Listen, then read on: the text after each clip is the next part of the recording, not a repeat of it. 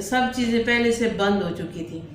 پھر مجھے جب صبح ہوئی تو صبح مجھے سب سے پہلے انہوں نے مجھے بیڈ پہ ہی آ کے نیند کا انجیکشن لگا دیا کہ تاکہ یہ سو جائے. تو خیر مجھے نیند بھی نہیں آ رہی تھی, کہاں نیند آتی اتنی ٹینشن میں. پھر وہ مجھے کال آ گئی کہ شاہین اختر جو پیشنٹ ہیں ان کو لے کے آپریشن تھیٹر میں آیا جائے.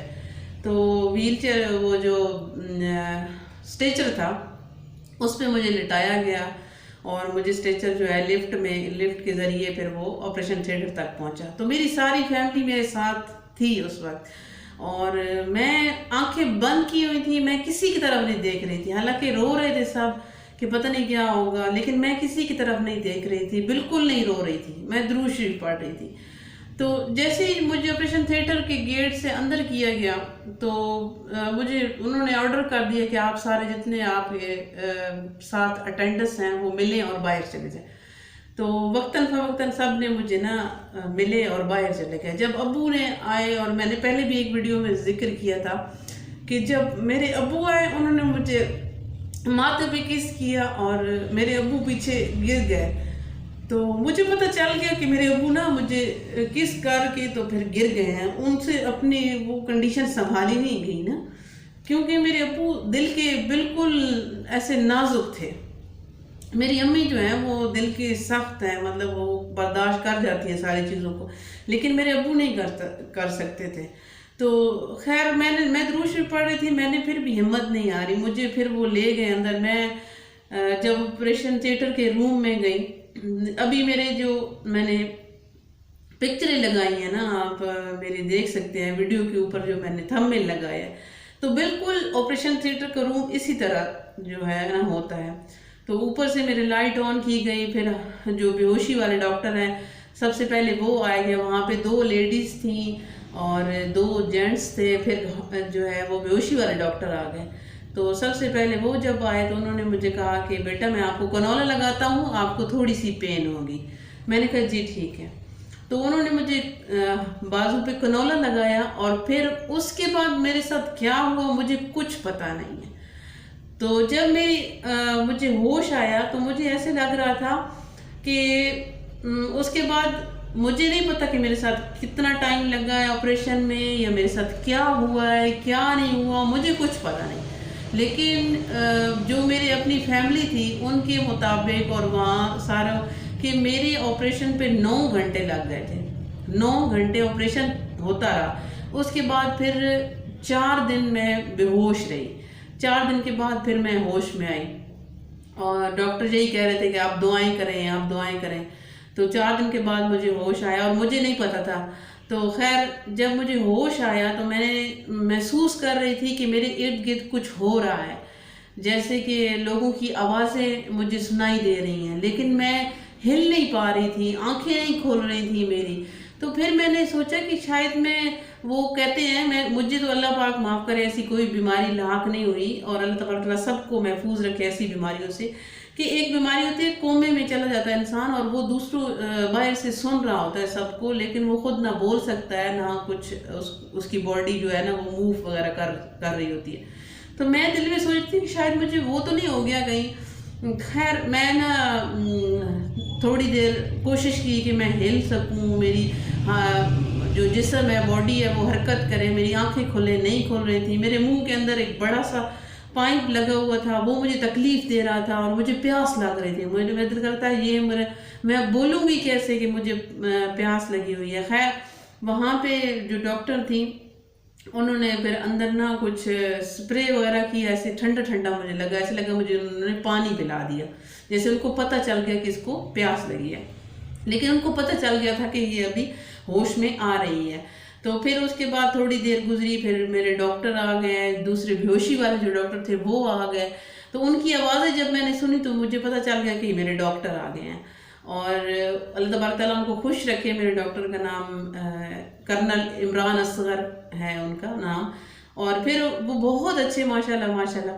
لیکن انہوں نے پھر آ کے مجھ سے بات کی، کہتے ہیں شاہین آپ بالکل ٹھیک ہو گئی ہو، آپ کا آپریشن بالکل کامیاب ہو گیا ہے، ابھی آپ جو ہو آپ آنکھیں کھولو اور پھر آپ کے گلے سے منہ سے ہم یہ پائپ نکالیں گے۔ تو کہاں میری آنکھیں کھول رہی تھی، خیر اتنا زور نہیں تھا، میں نے فل زور لگایا اپنی آنکھیں کھولنے کے لیے، بالآخر میں نے اپنی آنکھیں کھول لی، وہ بھی تھوڑی تھوڑی کھولی۔ مجھے جب میں نے آنکھیں کھولی تو مجھے سمجھ نہیں آ رہا تھا کہ میرے سامنے کھڑے کون ہیں، جیسے کہ جینٹس کھڑے ہیں، ڈاکٹر کھڑے ہیں، یا جو ہے وہ ایک عورت ڈاکٹر کھڑی ہے، یہ مجھے سمجھ نہیں آ رہا تھا کیونکہ نظر جو تھی نا وہ تھوڑی ایسے خراب ہو رہی تھی۔ پھر اس کے بعد وہ مجھے ڈاکٹر ہاتھ پکڑتے ہیں اور مجھے کہتے ہیں بیٹا آپ نے ابھی میرا ہاتھ نا زور سے جو ہے نا دبانا ہے، اگر آپ میرا ہاتھ زور سے دبا پائی نا تو پھر آپ کے منہ سے یہ پائپ نکالیں گے۔ خیر میں نے بہت زور لگایا، اب پتہ نہیں ان کا ہاتھ مجھ سے دبا نہیں وہ مجھے نہیں پتا۔ خیر آخر ڈاکٹر صاحب کہتے ہیں کہ اب یہ ماشاءاللہ ٹھیک ہے اور یہ خود سے سٹرگل کر رہی ہے تو اس کا پوائنٹ جو ہے نکال دیا جائے۔ پھر وہ میرے منہ سے جب پوائنٹ نکالا گیا تو اللہ تبارک و تعالیٰ کسی کو بھی ہاسپٹل نہ لے کے جائے اور ایسی بیماریوں سے دور رکھے، آمین ثم آمین۔ اتنی تکلیف، اتنا درد کہ میں آپ کو بتا نہیں سکتی۔ خیر اس کے بعد مجھے فوراً وہ آکسیجن لگا دیا گیا۔ پھر اس کے بعد کیا ہوا کہ جب بندے کا آپریشن ہو جاتا ہے، جب اس سے ہوش آ جاتا ہے تو اس کو ایک فیملی ممبر کو اور وہ بھی اس مدر کو اندر لایا جاتا ہے اور ان کو دکھایا جاتا ہے کہ آپ کا بچہ صحیح سلامت ہے۔ لیکن جب انہوں نے مجھے کہا کہ سامنے دیکھیں آپ کی والدہ کھڑی ہیں، آپ کو دیکھنے کے لیے آئی ہیں، تو میں نے دیکھا واقعی امی کھڑے تھے اور امی جو ہے وہ مسکرا رہے تھے ایسے کہ میری بیٹی ٹھیک ہو گئی۔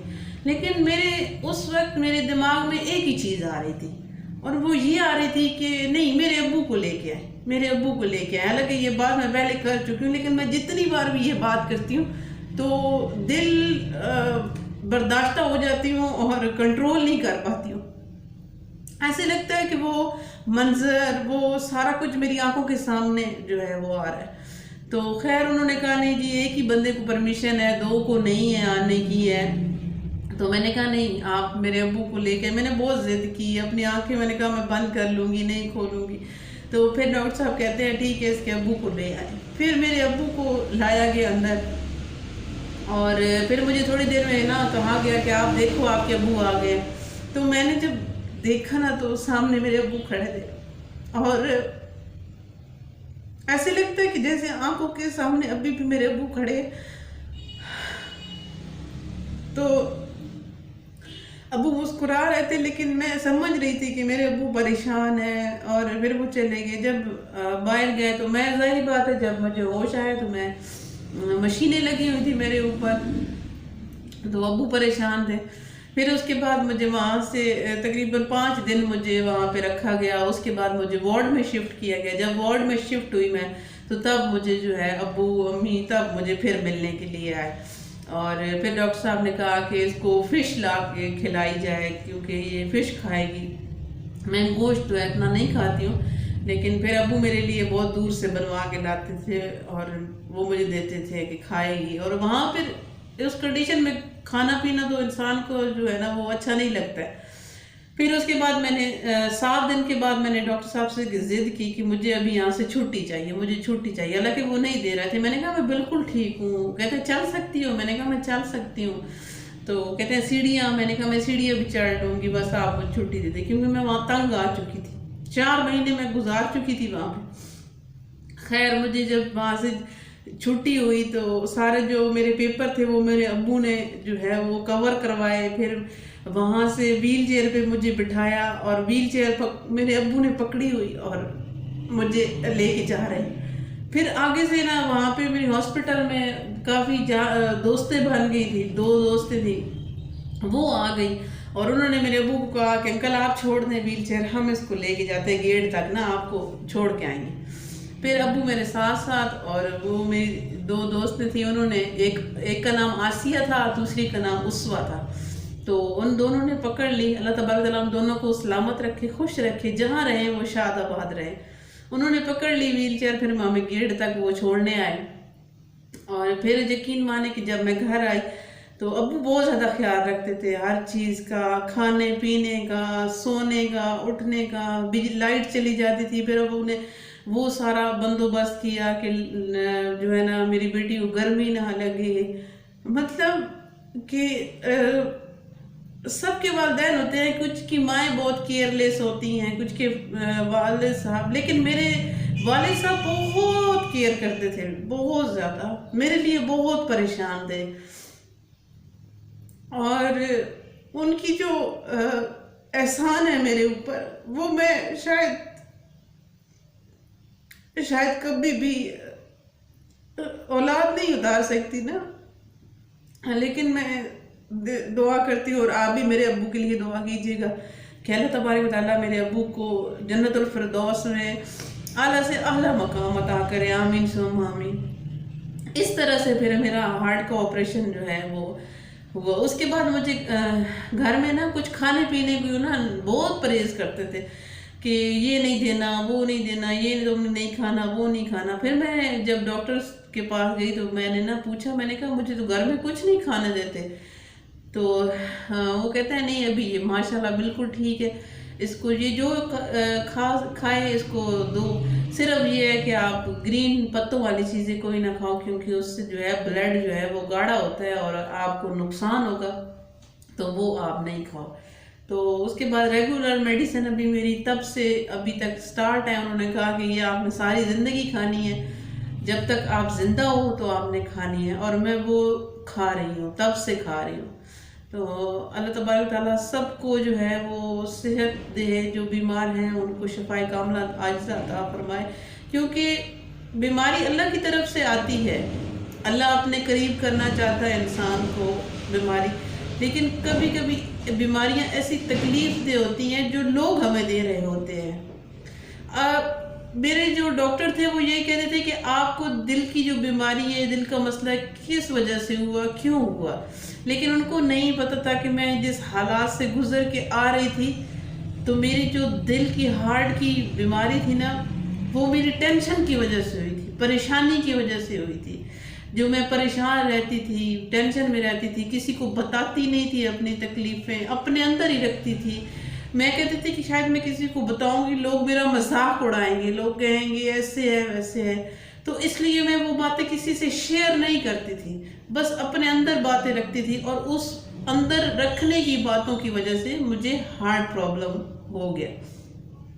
خیر ابھی میں الحمدللہ بالکل ٹھیک ہوں، اور امید کرتی ہوں آپ میرے لیے اور بھی زیادہ سے زیادہ دعائیں کریں گے. اور یہ تھا میرا آپریشن کا جو صورتحال چل رہی تھی. اور انشاءاللہ تعالیٰ پھر کسی اچھی سی ویڈیو کے ساتھ آپ کی خدمت میں حاضر ہوں گی. تب تک کے لیے اللہ حافظ.